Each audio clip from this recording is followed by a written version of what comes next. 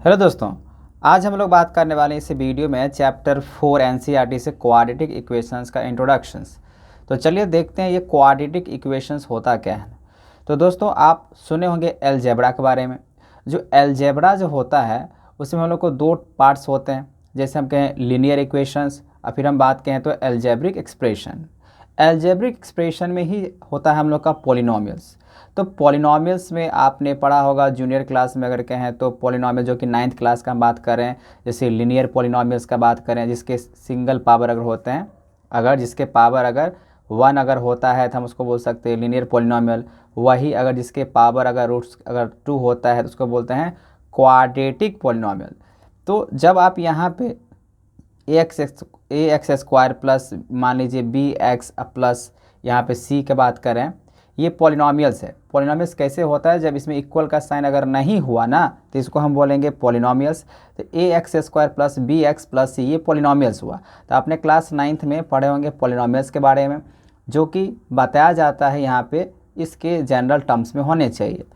लेकिन हम लोग इस चैप्टर में अगर बात करें क्वाड्रेटिक इक्वेशंस का बात करें तो इक्वेशंस का मतलब क्या होता है, इक्वल का साइन होना चाहिए, है कि नहीं।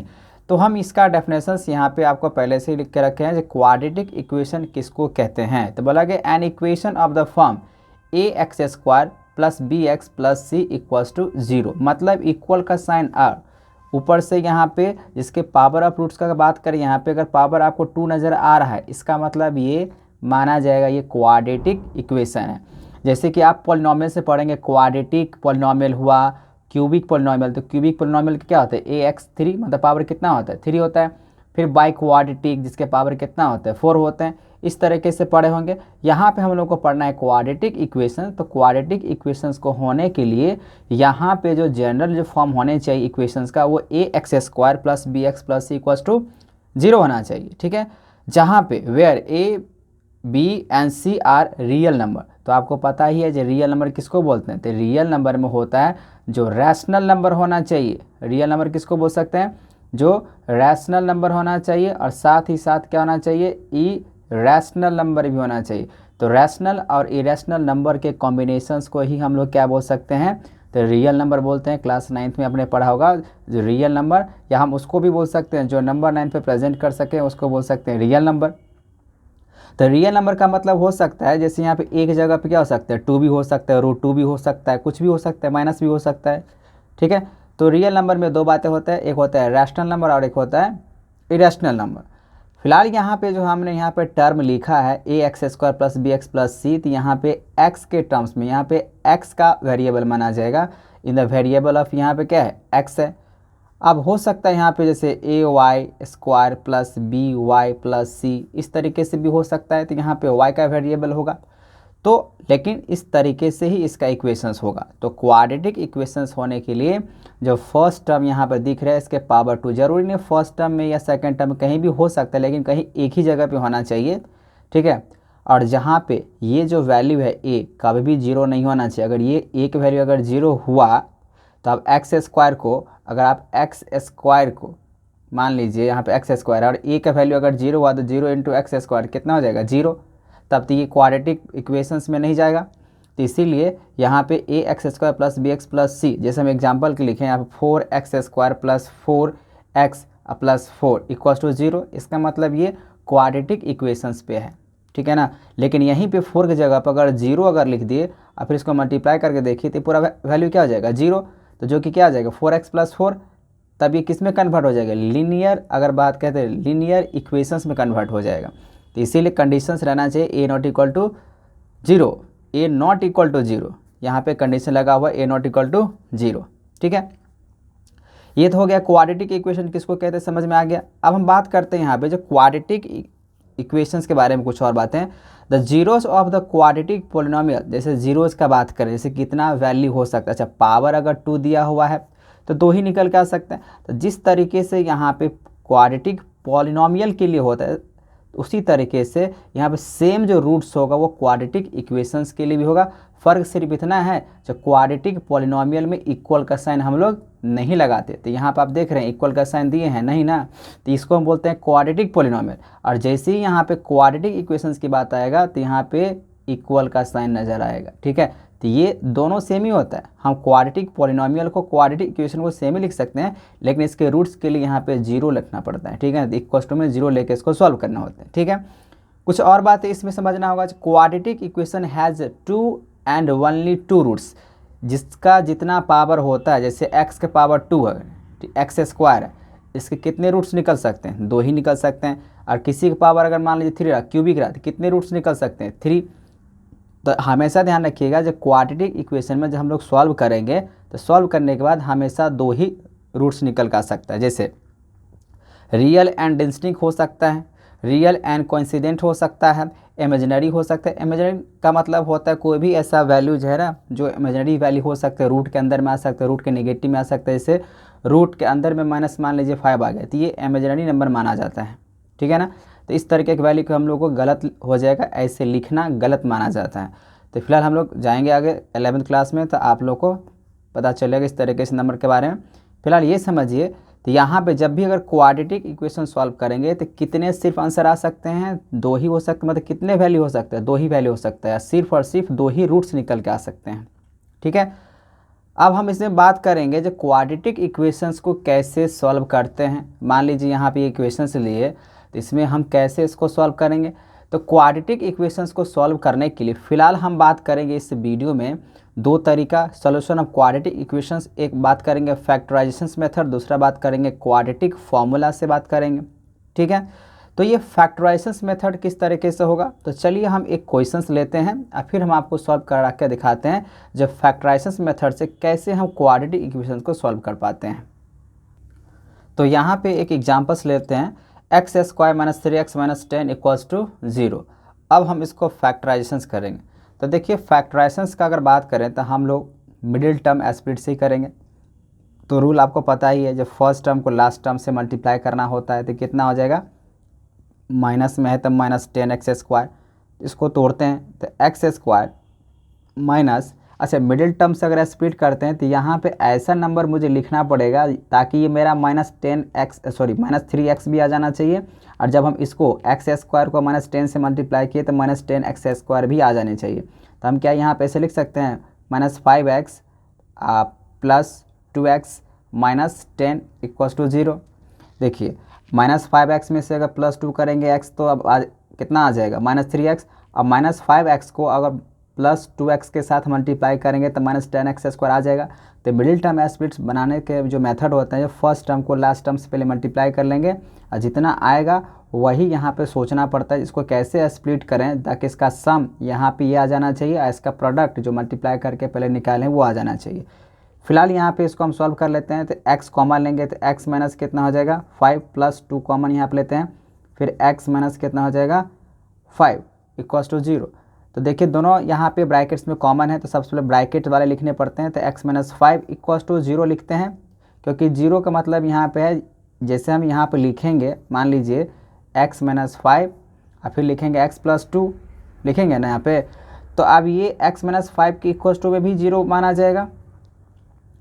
उसके बाद x प्लस 2 इक्वल्स टू में 0 माना जाएगा। तो यहाँ पे 2 इक्वेशन है, तो एक x का वैल्यू जो होगा वो 5 होगा और दूसरा अगर बात करें तो माइनस कितना होगा 2 होगा। तो यहाँ पे ये 2 ही इसका रूट्स निकल का है। देखिए एक 5 निकला एक माइनस 2 निकला। इस ये जो था ये क्वाड्रेटिक इक्वेशंस हमने लिया था, लेकिन आपको ये भी हो सकता है पहले चेक करना पड़ेगा क्या ये क्वाड्रेटिक इक्वेशंस पे है या नहीं है। तो वैसे आप देखें ये एक्स स्क्वायर मतलब इसका जो है जनरल, अगर यहाँ पे जो टर्म्स दिया गया था, इक्वेशन फॉर्म दिया गया था जनरल फॉर्म ए x square plus B x plus c, तो बिल्कुल इस पे जो है ना मैच कर रहा है। तो इसका मतलब ये आराम से बन सकता है। वैसे आगे हम लोग पढ़ेंगे यहाँ पे जो nature of roots of the quadratic equations, जिसमें पता करना पड़ता है जिसका नेचर क्या है, क्या इसका फैक्टराइज हो पाएगा या नहीं। तो इसको चेक करने के लिए हम बात करेंगे अभी। फिलहाल यहाँ पे हम लोग बात करते हैं क्वाड्रेटिक फार्मूला के हिसाब से। तो क्वाड्रेटिक फार्मूला देखिए, इसी क्वेश्चंस को हम क्वाड्रेटिक फार्मूला से ही बनाएंगे। तो आंसर कितना आएगा, एक आएगा 5 और दूसरा आएगा -2। तो चलिए सबसे पहले हम आपको फार्मूला बता देते हैं। अगर यहाँ पे देखिए x फंक्शन कर रहा है, यहाँ पर अगर x फंक्शन कर रहा है इसका मतलब x इक्वल्स टू लेते हैं फार्मूला के हिसाब से, जो कि फार्मूला क्या होता है -b plus minus root under B square minus 4ac, अब बाय में हो जाता है यहाँ पे 2a। ठीक है, प्लस माइनस करने का मतलब है यहाँ पे एक बार प्लस करना होगा, एक बार माइनस करना होगा। तो ये तो हुआ आपका फॉर्मूला, क्वाड्रेटिक फॉर्मूला। ठीक है ना, इसको बोल सकते हैं क्वाड्रेटिक फॉर्मूला, या इस फॉर्मूला को हम लोग श्रीधराचार्य फॉर्मूला के नाम से भी जानते हैं। ठीक है, लेकिन श्रीधराचार्य फॉर्मूला यूज करने से पहले कोई भी क्वाड्रेटिक इक्वेशंस अगर दिया गया है तो पहले चेक करना होता है क्या ये उस पर एग्जिस्ट कर रहा है या नहीं। तो जैसे ही अगर एग्जिस्ट करेगा, जिसमें हम लोग को दो रूट्स निकल के आएंगे, चाहे अल्फ़ा निकल के आए चाहे बीटा निकल के आए, ठीक है ना, तो जैसे ही उसमें हम कहेंगे अगर ये क्वाड्रेटिक इक्वेशंस पे, जैसे अगर बात करिए क्वाड्रेटिक इक्वेशंस पे एग्जिस्ट कर रहा है, तभी हम लोग क्या कर सकते हैं, इस पे हम लोग वैल्यू के रखेंगे और तब ये बन पाएगा। तो चलिए इसी क्वेश्चंस को हम इस मेथड से, जो कि क्वाड्रेटिक फॉर्मूला मेथड से बनाते हैं। तो सबसे पहले यहाँ पे देखिए फॉर्मूला तो हम यहाँ पे लिख चुके हैं पहले भी। अब क्या है ना, आप पता करना हो क्या ये जो जनरल फॉर्म्स होते हैं इक्वेशंस के, क्वाड्रेटिक इक्वेशंस, क्या इसके फॉर्म में है या नहीं है। तो बिल्कुल है, यहाँ पे एक्स स्क्वायर। आप बोलेंगे सर यहाँ तो माइनस है, आप इसको ऐसे भी लिख सकते हैं इस इक्वेशंस को। अगर मान लीजिए जो फॉर्म होता है, इसको चेक करने के लिए बोल रहे हैं, जो जनरल फॉर्म हम लोग लिखते हैं इक्वेशंस का, वो कैसे लिखते हैं, a x square plus B x plus C equals to 0। अब इसको अगर बात करें तो बिल्कुल इसके फॉर्म पे एग्जिस्ट कर रहा है। तो सर इसमें माइनस है, तो ऐसा कोई दिक्कत नहीं है, ये आराम से जो है ना बन सकता है। देखिए हम इसको ऐसे लिख सकते हैं, इसी इक्वेशंस को ऐसे, एक्स स्क्वायर प्लस ब्रैकेट में यूज कर लेंगे माइनस 3x, ठीक है, फिर प्लस, फिर ब्रैकेट यूज कर लेंगे माइनस 10 इक्वल्स टू 0। देखिए आप सब प्लस में कन्वर्ट हो गया, तो इसका मतलब ये एग्जिस्ट कर रहा है, बस आपको समझाने के लिए यहाँ पे कहें। अब हमको क्वाड्रेटिक फॉर्मूलेस बनाना है, तो इसके लिए मुझे क्या करना होता है, कोफिशिएंट लिखने पड़ते हैं। तो देखिए यहाँ पे ये एक्स स्क्वायर है, अगर एक्स स्क्वायर है, इसके पहले अगर कुछ भी नहीं है तो इसका कोफिशिएंट कितना हो जाएगा, 1। फिर यहाँ पे माइनस 3x है, इसको बोलेंगे b, क्योंकि ये इसके फॉर्म पे बिल्कुल, इसका जो जनरल फॉर्म है ये बिल्कुल एग्जिस्ट कर रहा है। तो हम यहाँ पे a किसको बोलेंगे, कुछ भी नहीं है तो 1, फिर b किसको बोलेंगे, माइनस 3 को, तो b कितना हो जाएगा, -3। एंड अगर c का अगर बात करें तो c कितना हो जाएगा, -10। तो कोफिशिएंट लिखना पड़ता है। अगर ये क्वाड्रेटिक इक्वेशंस पे है तो आपको पहला स्टेप क्या करना होगा, उसके आप लोग लिखिए सबसे पहले कोफिशिएंट। अब हम लोग यूज करते हैं फॉर्मूला। तो फॉर्मूला यूज करते हैं तो यहाँ पे x तभी लिखेंगे जब आपके क्वाड्रेटिक इक्वेशंस में जो वेरिएबल है x होगा। यहाँ पे कुछ भी हो सकता है, y भी हो सकता है, z भी हो सकता है, वो डिपेंड करता है जो क्वाड्रेटिक इक्वेशंस का वेरिएबल किस लेटर में है, x में है या y में है। तो चलिए इसको अगर बनाते हैं, अगर x निकालने हैं इसके लिए तो माइनस b की वैल्यू कितने हैं, -3, तो यहाँ पर लिखेंगे -3, फिर plus minus root under B square, तो बी की वैल्यू कितना है, -3, तो -3 का स्क्वायर हो जाएगा। फिर होगा -4 इंटू ए का अगर वैल्यू कहें तो ए का वैल्यू कितना हो जाएगा, तो 1। उसके बाद सी का वैल्यू कहें तो -10, और बाय में कितना हो जाएगा, 2 इंटू ए, तो ए का वैल्यू कितना है, 1। चलिए इसको कैलकुलेट करते हैं, -3 और ये देखिए -3 और ये माइनस माइनस क्या हो जाएगा, प्लस, तो +3 प्लस माइनस यहाँ पर लगाइए, रूट अंडर -3 का स्क्वायर कितना हो जाएगा, 9। ये -10 है, अब -10 को -4 से मल्टीप्लाई करेंगे तो हो जाएगा 40। अब बाइम के हैं 2 को 1 से मल्टीप्लाई करेंगे 2। अब यहाँ पे देखिए 3 प्लस माइनस, अच्छा 9 प्लस 40 कितना हो जाएगा, रूट अंडर 49 बाई कितना हो जाएगा 2। तो थोड़ा सा डिस्टेंस, 3 प्लस माइनस, अच्छा 49 का अगर रूट कहें कितना हो जाएगा, 7 बाय में कितना होगा, 2। तो यहाँ पे प्लस माइनस का साइन लगा हुआ, तो प्लस माइनस साइन का मतलब होता है एक बार मुझे क्या करना होगा, प्लस, एक बार उसके बाद माइनस। तो चलिए हम यहाँ पे लिखते हैं 3 प्लस एक बार करते हैं 7 बाय 2, ये किसके फॉर्म होगा, x के, x निकाल रहे हैं। फिर दूसरा अगर बात करें, फिर x इक्वल्स टू क्या हो जाएगा, 3 माइनस 7 बाय 2, तो 3 प्लस 7 कितना हो जाएगा, 10 को आप 2 से डिवाइड करेंगे तो 5। तो देखिए एक x का वैल्यू कितना निकला, 5। फिर यहाँ पे x इक्वल्स टू 3 माइनस 7 कितना हो जाएगा, -4 बाय 2, कैंसिल करेंगे, एक x वैल्यू कितना निकलेगा, -2। तो जैसा कि आप यहाँ पे देख रहे हैं, हम इसको अगर फैक्टराइजेशन मेथड से भी बनाए थे तभी भी आंसर x का जो है ना आपका 5 ही आया है, ठीक है ना। और यहाँ भी देख रहे हैं जो हम लोग बनाए हैं ये क्वाड्रेटिक फॉर्मूला से, तभी भी इसका 5 आया है, इसका -2 आया है, ठीक है। तो यहाँ पे सबसे पहले समझना होगा क्या ये क्वाड्रेटिक इक्वेशंस के फॉर्म पे है या नहीं। अगर होगा तभी हम लोग जो है ना क्वाड्रेटिक इक्वेशन। अच्छा, इसमें चेक कैसे करते हैं, क्या जैसे ये क्वेश्चंस हम यहाँ पे लिए हैं x² - 3x - 10, तो क्या ये फैक्टराइज होगा, क्या इसका रूट्स निकल आएगा या नहीं आएगा, ठीक है ना। तो उसको चेक करना पड़ता है, उसको हम बोलते हैं डिस्क्रिमिनांट, ठीक है ना, उसको बोल सकते हैं हम लोग डिस्क्रिमिनांट। तो चलिए इसके बारे में देखते हैं जो डिस्क्रिमिनांट होता क्या है। इसमें हम लोग को 3 जो है ना जनरल रूल्स देखने पड़ेंगे। तो चलिए सबसे पहले हम लोग समझते हैं ये होता क्या है। तो डिस्क्रिमिनांट, तो डिस्क्रिमिनांट का अगर बात करें तो सबसे पहले इसका डेफिनेशन देख लेते हैं। डिस्क्रिमिनांट जो कि इक्वेशन है, फॉर द इक्वेशन, ऐसे लिख लेते हैं, for the equation x² + bx + c = 0, क्योंकि यही होगा क्वाड्रेटिक इक्वेशंस का जनरल फॉर्म्स, ठीक है ना। इक्वेशंस बनेगा, पहले तो क्वाड्रेटिक इक्वेशन होना चाहिए, क्वाड्रेटिक इक्वेशंस होगा तभी हम डिस्क्रिमिनांट का बात करेंगे, तभी हम बात कर सकते हैं यहाँ पे क्वाड्रेटिक फार्मूला का या फैक्टराइजेशंस का, तभी वो निकलता है। तो पहले तो इसके फॉर्म में होना चाहिए। अब जैसे ही हुआ तो इसको हम ऐसे भी एक्सप्रेस कर सकते हैं, तो इसको ऐसे लिख देते हैं, the expression b² - 4ac is called the डिस्क्रिमिनांट, ठीक है।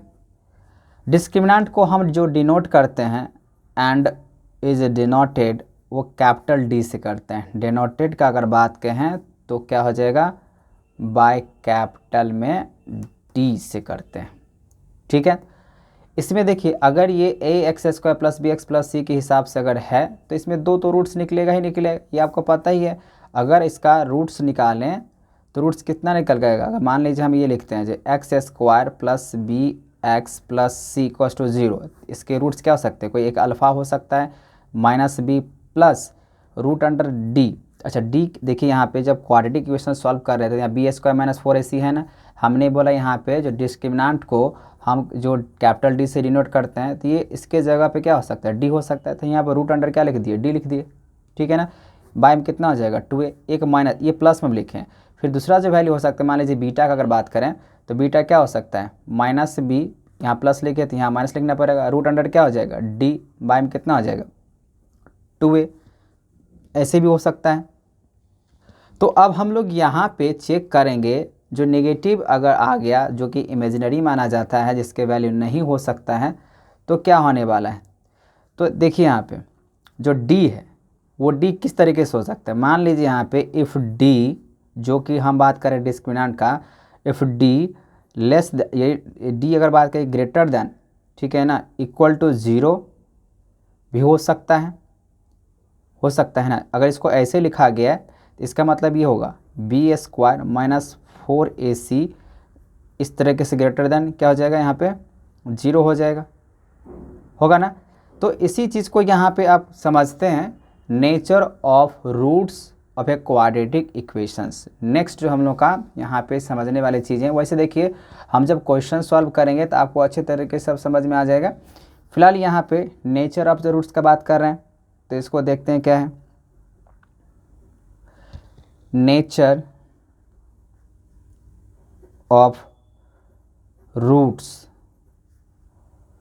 ऑफ अ क्वाड्रेटिक इक्वेशंस, ठीक है। तो सबसे पहले बात यहाँ पे देखिए, पहला केस, 3 केस होता है।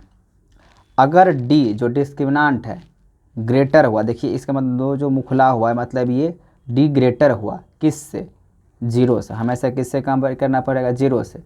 अगर d हमेशा अगर ग्रेटर रहा 0 से, इसका जो है ना जब हम लोग फैक्टराइज करेंगे इसका क्या होगा, रियल एंड क्या हो सकता है, डिस्टिंक्ट हो सकता है, ठीक है, जो कि इससे पहले हमने बात किया था, डिस्टिंक्ट हो सकता है, ठीक है, मतलब फैक्टराइज होने की संभावना है। जैसे मान लीजिए अगर हम यहाँ पे x square minus 3x minus 49 minus 10 है, तो आपने यहाँ पे जब वैल्यू देखा तो कितना निकल के आया था 49। अब 49 जैसे कि यहाँ पे रूट कवर करेंगे 7, तो इसका मतलब ये जो 7 आया था, ये हमने यहाँ पे कंडीशन क्या रहा, डी ग्रेटर देन 0। क्या ये जो 7 आया जो कि 0 से क्या ग्रेटर ही था, तो जैसे 0 से ग्रेटर था 7, तो इसका मतलब फैक्टराइज होगा। जैसे ही फैक्टराइज हुआ, जो रूट्स निकला, तो आप यहाँ पे देख पा रहे हैं दोनों डिफरेंट निकला ना। तो इसका कहने का मतलब यही है, जब नेचर ऑफ द रूट्स का मतलब है, अगर हम चेक कर लेते हैं, जैसे इसको चेक कर लिए x square minus 3x minus 10, किस पे चेक करेंगे, जो कि बी स्क्वायर माइनस 4ac पे। और चेक क्या करेंगे, जो डी है वो डी को हम लोग क्या बोल सकते हैं, देखिए डी लिखे, तो डी को हम लोग किसको कैसे एक्सप्रेशन करते हैं, तो बी स्क्वायर माइनस 4ac पे। इसको थोड़ा ध्यान से देखिए, हम यहाँ पे जो a x square plus B x plus c लिखे हैं, और इसको हम कैसे एक्सप्रेस कर सकते हैं, बी स्क्वायर माइनस 4ac, मतलब डी का मतलब यहाँ पे क्या माना जाता है, जो बी स्क्वायर माइनस 4ac, ठीक है ना, बी स्क्वायर माइनस 4ac होता है डी का मतलब, ठीक है ना। तो यहाँ पे भी देखिए जो डी लिखे हैं, रूट अंडर में हम यहाँ पे 49 जो निकाले हैं, लेकिन फॉर्मूला के हिसाब से क्या है, बी स्क्वायर माइनस 4ac, तो बी स्क्वायर माइनस 4ac इसके इक्वल टू में क्या हो सकता है, डी। तो डी के बारे में बात कर रहे हैं, तो डी अगर मान लीजिए 0 से, डी अगर मान लीजिए 0 से अगर ज़्यादा है, तो जब हम फैक्टराइज करेंगे ना, तो दो डिफरेंट्स यहाँ पे रूट्स निकल के आएगा। तो इसीलिए हम यहाँ पे लिखें रियल एंड डिस्टिंक्ट होगा, ठीक है ना, दोनों अलग अलग हो सकता है। वही दूसरा कंडीशन क्या होता है, मान लीजिए डी जो डिस्क्रिमिनेंट है वो बराबर अगर हो गया 0, जैसे अगर हम बी स्क्वायर माइनस 4ac पे चेक किए, और चेक करने के बाद इसका पूरा वैल्यू अगर 0 आ गया, जैसे यहाँ पे 7 निकल का आया रूट अंडर 49 का, लेकिन यहाँ पर अगर 0 आया तो ये भी 0 इक्वल्स टू में 0, तब 0 इक्वल्स टू जब 0 होता है ना, तो यहाँ पे जब फैक्टराइज करेंगे वो रियल तो होगा ही होगा, लेकिन क्या हो जाएगा, इक्वल निकल के आएगा, रियल एंड इक्वल होगा। तो इसका मतलब क्या हुआ, रियल एंड इक्वल। जैसे यहाँ पे एक्स वैल्यू 5 आया और यहाँ पे -2, लेकिन अगर जब चेक किए, जब डी इक्वल्स टू अगर 0 हो गया, तो इसका मतलब ये है जब इसको फैक्टराइज करेंगे तो फैक्टराइज में दोनों जो आंसर होगा, जैसे एक्स वैल्यू यहाँ 5 आया तो यहाँ भी क्या निकल के आएगा, एक्स वैल्यू 5 ही निकल के आएगा, मतलब दोनों क्या हो जाएगा, इक्वल हो जाएगा। तो जब यहाँ पे रियल एंड इक्वल होता है तो डी इक्वल्स टू 0, तो यहाँ जब इसको फैक्टराइज करेंगे इस कंडीशन के हिसाब से, तो फैक्टराइज का जो आंसर आएगा वो हमेशा डी इक्वल्स टू में क्या होगा, 0 ही होगा। अब तीसरा जो हम बात करें वो ये होता है, अगर मान लीजिए डी का अगर बात करें जो कि छोटा हो जाएगा और 0 क्या हो जाएगा, ज़्यादा। इसका मतलब ये जो डी है वो नेगेटिव में चला गया, तभी तो 0 से कोई भी नंबर को अगर कंपेयर करेंगे यहाँ पे, जैसे देखिए ये 0 है और नेगेटिव कितना भी नेगेटिव रहेगा, कितना मान लीजिए -500 अगर भी है और 0 से अगर कंपेयर करें 0 ही क्या होगा, ग्रेटर माना जाएगा। तो यहाँ पर डी अगर छोटा हो गया, यहाँ पे क्या था, डी ग्रेटर था, डी बराबर था, और यहाँ पे क्या हो गया, डी अगर छोटा हो गया, तो इसका मतलब ये है जब हम लोग कोई भी इक्वेशंस को, क्वाड्रेटिक इक्वेशंस को जब कंपेयर करेंगे, चेक करेंगे डिस्क्रिमिनेंट के हिसाब से, अगर उसमें डी अगर छोटा हो गया, 0 अगर ज़्यादा हो गया, इसका मतलब ये हुआ इसमें कोई भी वैल्यू नहीं निकल के आएगा, कोई भी नो रियल रूट्स, इसमें क्या बोल सकते हैं, जब फैक्टराइज करेंगे तो फैक्टराइज होगा ही नहीं, जब फैक्टराइज करेंगे तो फैक्टराइज होगा ही नहीं। जैसे यहाँ पर रूट अंडर की यहाँ पे 49 यहाँ पे 7 आया ना, तो हो सकता है यहाँ पे -9 आ गया रूट करने के बाद, तो जो कि पॉसिबल नहीं है, ठीक है ना, जो कि क्या हो जाएगा, एक इमेजिनरी हो जाएगा। तो यहाँ पे नो रियल रूट्स निकल के आएगा, जिसको हम बोल सकते हैं ये एक इमेजिनरी वैल्यू निकल के आ जाएगा। तो इमेजिनरी वैल्यू किसको बोल सकते हैं, तो इमेजिनरी वैल्यू का मतलब होता है जो रूट अंडर में, जैसे मैंने बोला यहाँ पर अभी -49 हो गया, तो ये माइनस में चला गया ना रूट अंडर में, तो माइनस में अगर कोई भी जाता है रूट अंडर में, इसको इमेजिनरी नंबर बोला जाता है, वैल्यू बोला जाता है, जो कि पॉसिबल इस तरीके से सॉल्व करना नहीं है, या उसका फैक्टराइज भी नहीं हो सकता है, ठीक है।